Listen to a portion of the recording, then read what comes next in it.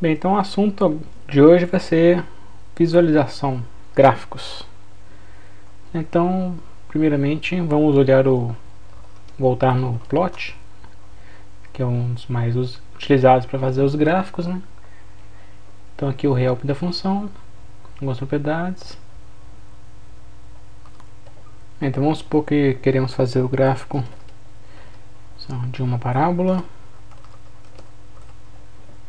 Então vou criar aqui a parábola x2 mais 1 e não sei, uma segunda parábola 2x2. Quero fazer o gráfico agora das duas parábolas, então eu faço o plot xy x y2. Então automaticamente o plot aqui já coloca os limites do gráfico, né, automático, baseado nos limites da variável, né, do x e do y.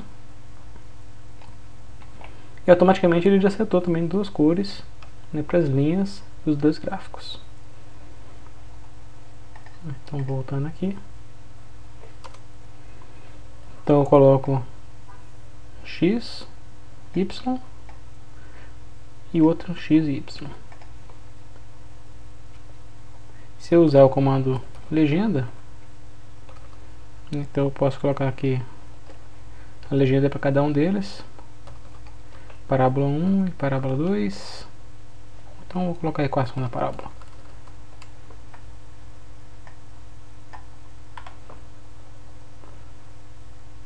Então a equação das parábolas aqui vão ficar nas legendas. É o que a gente pode ver aqui. Então a primeira coisa que a gente viu que no que a gente colocou essa legenda é que as cores, né, que ele atribui aqui exatamente na ordem que a gente colocou no gráfico. Então o primeiro era o x e y, que está associado a essa parábola aqui.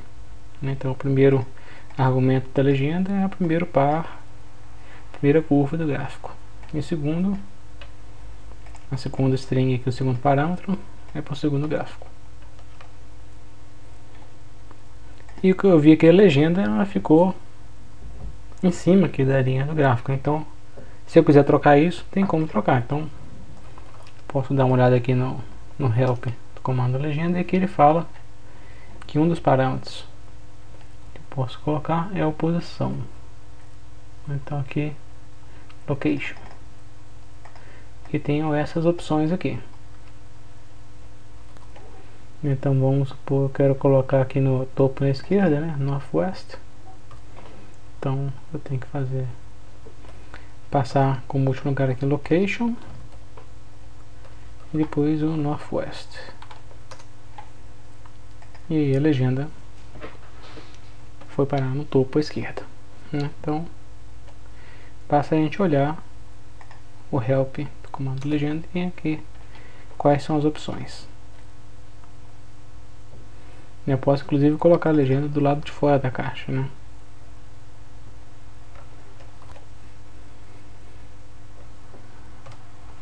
Bem, quando eu fiz o plot, ele automaticamente associou as cores, ele usou algum padrão, né?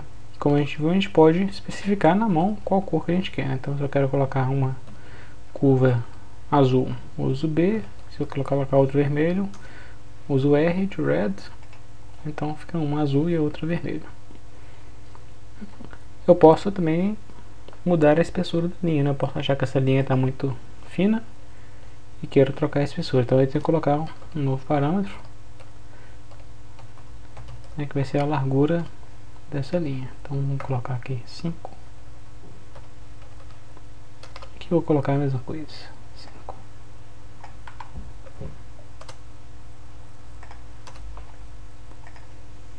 E aí o gráfico ficou com a linha mais grossa.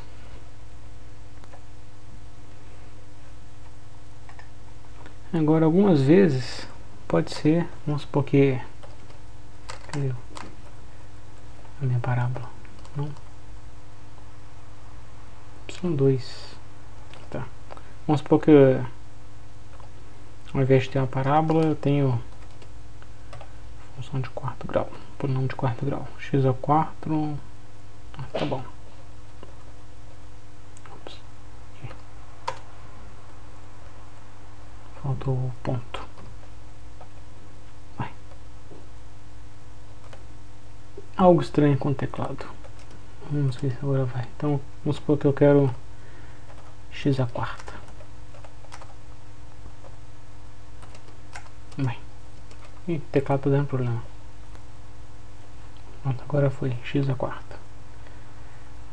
E na hora que eu fizer o gráfico x, y, x, y2, é que eu vou verificar que o x à quarta é muito maior do que o x ao quadrado. Então eu não consigo nem ver aqui a curva do x ao quadrado. E para resolver esse problema eu posso usar o comando que é o plot yy. Então eu passo, é a mesma sintaxe, eu vou passar o x1, y1, x2, y2. E o que o plot yy vai fazer? Ele já vai colocar duas escalas. Então aqui na esquerda eu tenho a escala para o x2, né? E aqui na direita a escala para o x à quarta.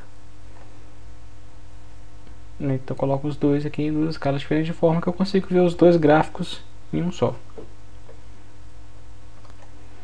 Ou então eu poderia também ter feito nessa figura dois gráficos.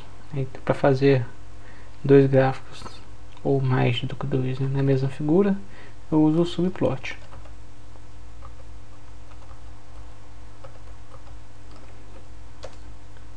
Então, por exemplo, subplot 1, 2, 1 significa que eu vou ter um plot embaixo do outro. Então, como se fosse, aliás, um plot ao lado do outro. Então, o primeiro plot vai ficar aqui e o próximo plot vai ficar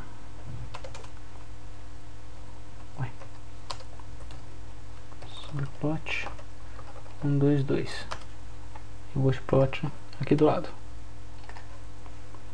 Então, no subplot 1, 2, 2, então esse primeiro 1 é como se fosse quantas linhas, né, vai ter de subplots, e o segundo quantas colunas.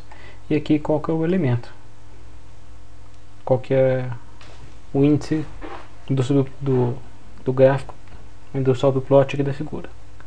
Então aqui no caso o segundo, então vou fazer o gráfico nesse aqui no segundo aqui. Então vou colocar aqui o y2. Então apareceu aqui. E no subplot primeiro, vou fazer o gráfico do y1.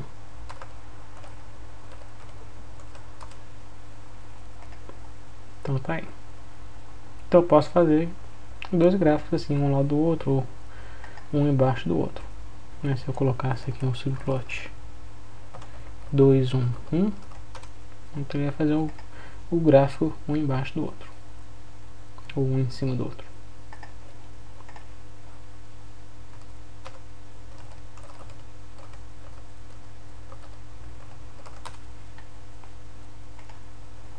Pronto. Agora vamos supor que eu tenho um dado.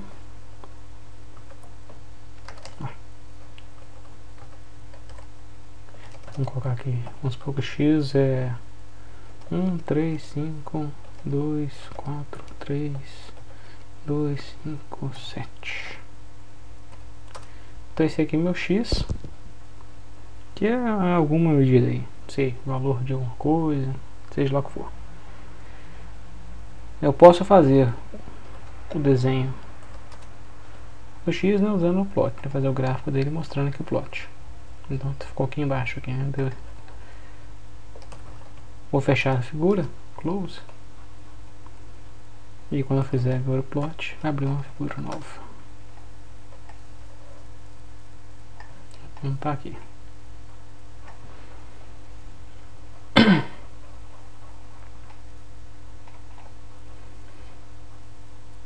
Agora vamos supor que meu x, eu sei que o x é um dado discreto. Então uma forma usual de representar, ao invés de usar o x, é usar o comando stem, que ele faz o gráfico dessa forma.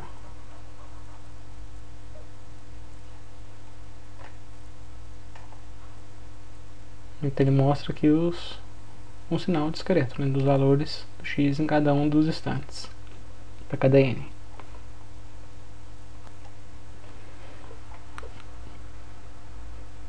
Agora a gente viu que automaticamente aqui ele já setou, né, os limites do gráfico, né, o x e y. Se a gente quiser mudar esses limites, a gente tem que usar o axis, né? Então quando a gente dá o axis, ele já retorna aqui 0, 10, 0, 7, que são os limites desse gráfico como estão aqui, né? Então a gente vê que ele começa aqui no 0, vai até o 10, e aqui no y do 0 até o 7. Então se a gente quiser trocar esse limite, eu tenho que passar um outro vetor para esse x. Então vamos supor que eu quero, o x vai de menos 1 até 11, o x e o y de menos 1 até 10. Então agora olhando o gráfico, dá para ver que ele mudou aí, né, o axis.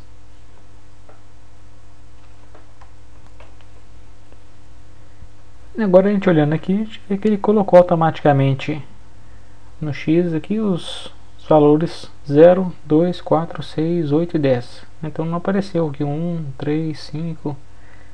E se eu quisesse que aparecesse esses números, como é que eu faço? Então para fazer isso, a gente tem que usar o GCA. Então esse comando get GCA ele me retorna. O GCA é o gráfico atual, é um gráfico corrente. Então get GCA ele me dá todas as informações aqui, as propriedades do gráfico corrente. Então eu vejo aqui que tem muita coisa que a gente pode brincar. Então especificamente, para poder mudar nos valores ali do eixo X, né, que aparece no gráfico, eu tenho que mudar no X-Stick. Então tá, a gente já vê aqui que o X-Stick Mode está automático, né, e o X-Stick ele colocou aqui as posição, né, do gráfico onde vão aparecer o texto correspondente, e o X-Stick Label, como o X-Stick é automático, ele vai colocar um label automático aqui, que na verdade como a posição é menos 2, 0, 2, 4, 6, 8, 10, 12, ele vai gerar um label igual aos números das posições. Então se eu simplesmente quero colocar o que os sticks também apareçam os números, por exemplo, eu vou mudar isso aqui e vou continuar deixando isso aqui no automático para ele gerar o label automático. Então eu tenho que alterar esse aqui. Para alterar eu uso o comando set. Então tem que dar um set no GCA, a propriedade stick, eu vou alterar set GCA stick, eu vou de menos 2 até 12, né, variando de 1 em 1. Então apareceram aí todos os números.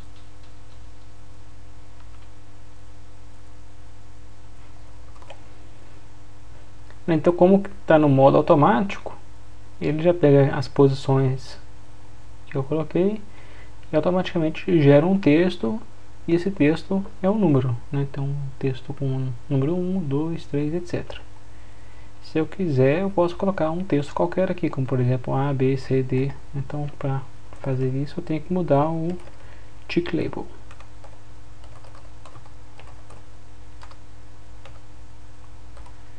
E eu tenho que usar uma célula para poder passar as strings. Tá dando problema. GCA X-Stick Label.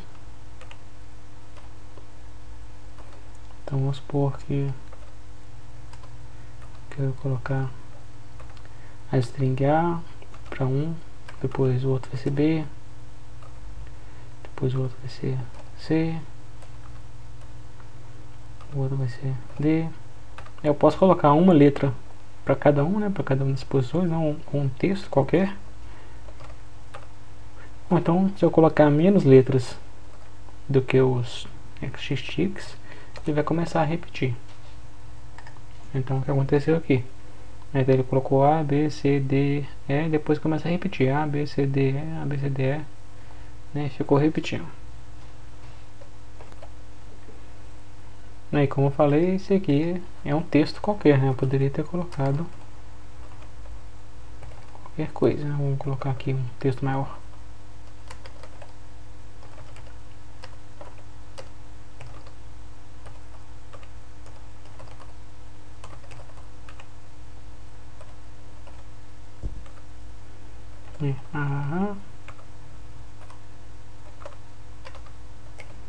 PVB. Depois eu vou deixar ele ficar repetindo. CCC. Pronto. Então ficou assim. Agora vamos supor que em cima de cada uma das bolinhas aqui eu quero colocar um texto com o valor do x nesse ponto. Então eu posso usar o comando text. Então eu posso colocar o text, eu coloco a posição. Então no caso, na posição 1 vai ter o valor do x1, né? Então é a amplitude, né? Onde vai ficar, a bolinha aparece na posição x igual a 1, né? Y igual ao x1, o primeiro elemento do vetor x, né? E o texto, vou colocar o valor, né? Então eu vou converter esse x1 para um string. Então vou usar o num to str.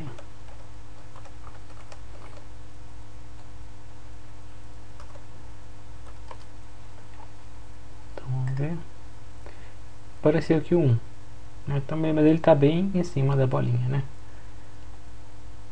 Então para ele não ficar bem em cima, a gente poderia ter somado um pouquinho aqui, né? Vamos supor x1 mais 0,25. E aqui vou deixar igual. Então apareceu um 1zinho aqui.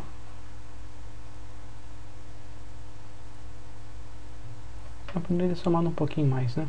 Tá bom. Aí se eu quiser fazer isso para todos, eu posso fazer um for, né? Igual a 1 até o número de elementos do x.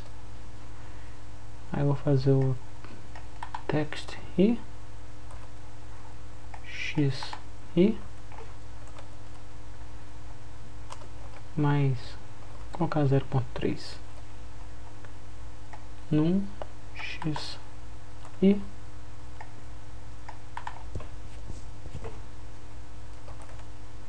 end. Então vamos ver. Ficou assim. Aí ficou legal. Bem, no caso, se a gente quer plotar uma função em 3 dimensões, né? Um gráfico em 3 dimensões, a gente tem o plot 3. Então vamos pegar aqui um exemplo pronto aqui.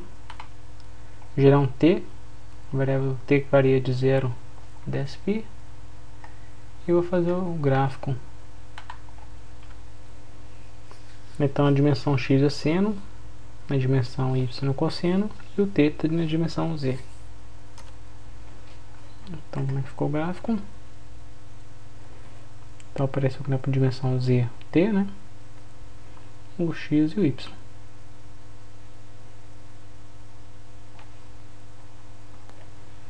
Uma outra tipo de gráfico em 3 dimensões são os gráficos superfícies, né?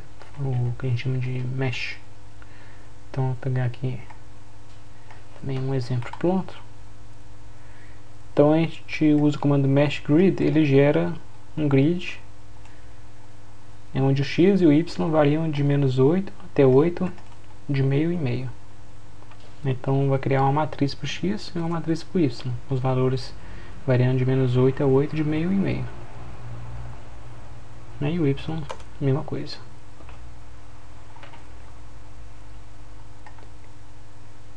Então vamos supor aqui que meu r é a raiz quadrada do x ao quadrado mais o y ao quadrado. E mais um epsilon. O z é o seno de r sobre r. E aí eu vou fazer o mesh, né? Então vai fazer o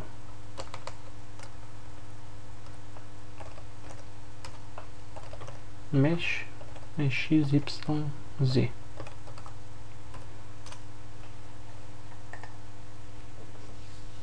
Aí ficou isso aí. Então eu tenho o z, como é que ele varia em função do x e do y. Então eu gerei essa superfície para mostrar a variação do z. Bem, a gente nota que a superfície ele já colore ela usando um color map padrão. E se a gente quiser ver qual cor está relacionada com o valor, né, como é que é a escala, a gente pode usar o comando color bar e ele mostra aqui pra gente essa barrinha mostrando qual cor estava associada a qual valor, né, de densidade, para me dar o valor do z no gráfico. Um outro comando interessante é o bar, para fazer gráficos de barras. Então vamos supor que eu quero fazer um gráfico que eu, sei lá, mostre o preço das frutas em 3 meses, para ficar simples, né? Então vou colocar de 1 a 3, são 3 meses, mês 1, 2 e o mês 3. Aí vamos supor que são, então são, vou colocar 3 frutas também, para ficar simples. Sei lá, a banana, vamos supor que a banana no primeiro mês vale R$1, no segundo mês 2, no terceiro mês 3. Banana, a maçã no primeiro mês, a laranja, vale 4, 5, 6. Por último, vamos supor que seja a uva, no primeiro mês ela vale 7, no segundo mês 8, no último mês está custando R$9. Então eu vou colocar aqui já a legenda de uma vez, né? Então o primeiro é o referente a banana, né? Que vale 1, 2, 3 reais. Depois a gente tem a laranja, que vale 4, 5, 6, o preço dela ao longo desses 3 meses. E por último a uva, com os valores 7, 8, 9. Não adianta.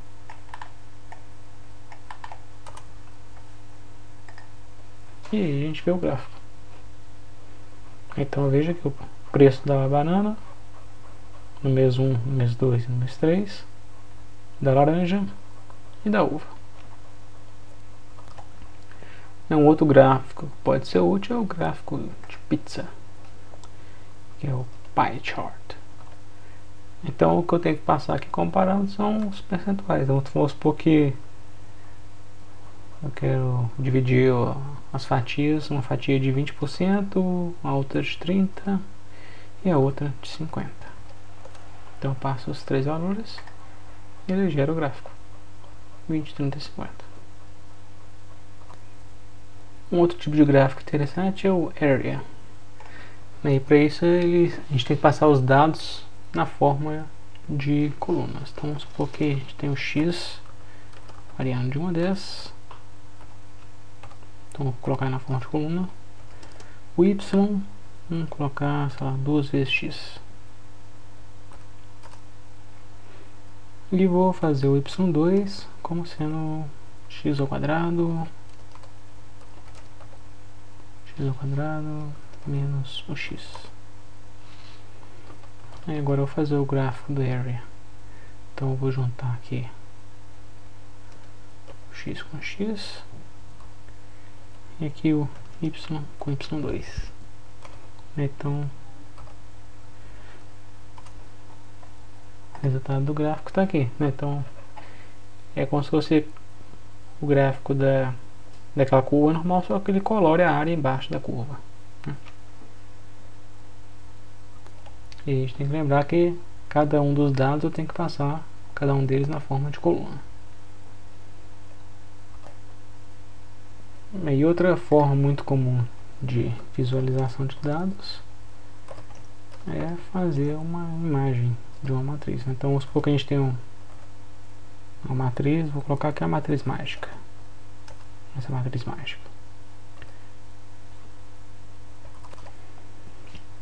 A gente vê que essa matriz mágica, o maior elemento dela é o 1024, né? Vamos verificar. 1024. Bem, se a gente fizer direto um image A, vai gerar uma figura, essa figura, né, onde cada elemento da matriz é um pixel e cada cor está associada a um valor. Só que aqui ele está usando um color map default que tem 64 valores. Então cada um dos 64 valores está associado a uma cor. Por isso que tem muito vermelho aqui, porque tudo que está acima de 64 virou vermelho, saturou. Então o que a gente deve fazer é normalizar, né, a figura, né, então para ficar entre 0 e 63, né, tem 64 valores. Então vamos multiplicar por 63, o que é o A. Então vou subtrair o mínimo, né, então mínimo do mínimo, o A.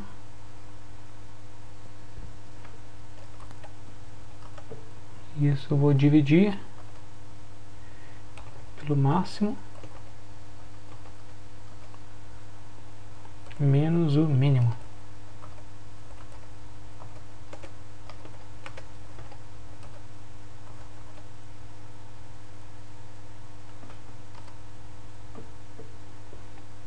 E agora vou botar o comando image nessa imagem P.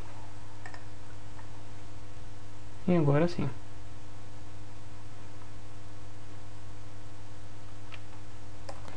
E mais uma vez, se eu quiser saber qual cor está associada a qual valor, posso colocar o color bar. Uma forma mais fácil de fazer a mesma coisa seria simplesmente usar o comando image sc, que ele já faz essa normalização. A gente tem o mesmo resultado. Então a gente vê que aqui ele está usando um color map default, que é esse color map que está aqui. Então eu vou salvar ele aqui, cmap, que é o color map jet, que é um color map. Esse default que está usando tem 64 valores. Então cada linha dessa matriz está associada a um valor, né, de 0 a 63, e dá a componente RGB das cores que estão associadas. E existem outros color maps, né? Por exemplo, color map gray, color map tom de cinzas.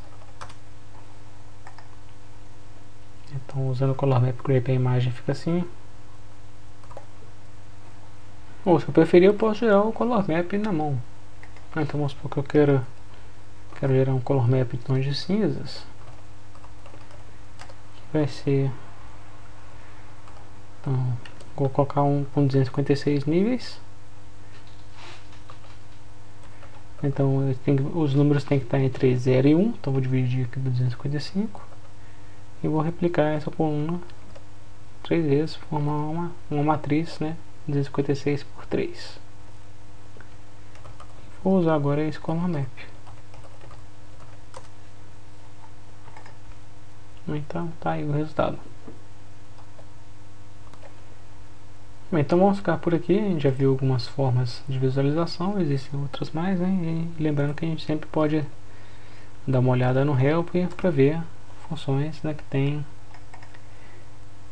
que estão relacionadas, né? Por exemplo, se a gente quiser fazer um gráfico de superfície, tem o surface, né, contorno, fazer um gráfico de contorno. Então o help de cada função dá dicas de outras funções que a gente pode usar que estão relacionadas.